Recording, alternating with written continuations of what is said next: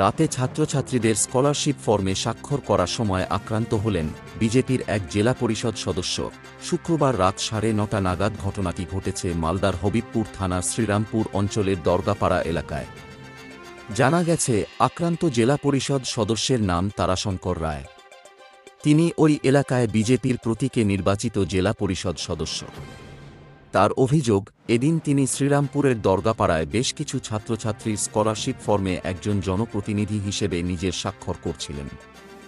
ওই সময় এলাকার জয়দীশ সিংহ নামে এক যুবক কোন কারণ ছাড়াই তার উপর হঠাৎ করে আক্রমণ করে, বাঁশ দিয়ে বেধড়ক মারধর করে, পরে গলা টিপে শ্বাসরোধ করে প্রাণনাশের চেষ্টা করে। যদিও স্থানীয়রা তাকে রক্ষা করেন এবং তাকে গুরুতর আহত অবস্থায় বুলবুলচণ্ডী গ্রামীণ হাসপাতালে ভর্তি করেন। এই ঘটনায় আক্রান্ত জেলা পরিষদ সদস্যের তরফে রাতেই হবিবপুর থানায় লিখিত অভিযোগ দায়ের করা হয়। তার ভিত্তিতে পুলিশ অভিযুক্ত যুবককে আটক করে বলে খবর।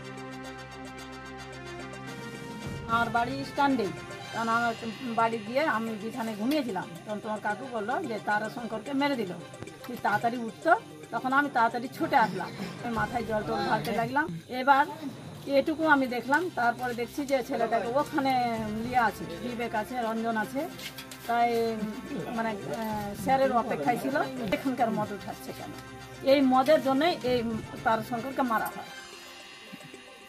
যে এখানে যাতে কোনো মহিলা হোক ছেলে হোক কেউ যাতে মদ বিক্রি না করতে পারে, তার জন্য আমরা আছি। মণ্ডল, সুমিত্রা মণ্ডল।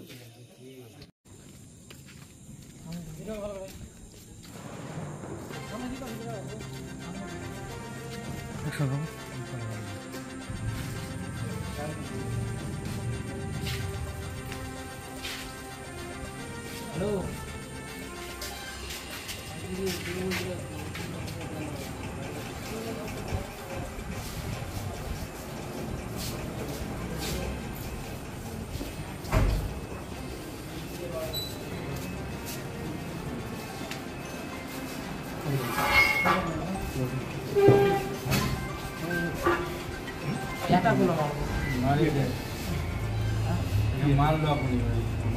তারাশঙ্কর সই করছিল কাগজ, হ্যাঁ কাগজ সই করছিল, ও কলার ধরে মারতে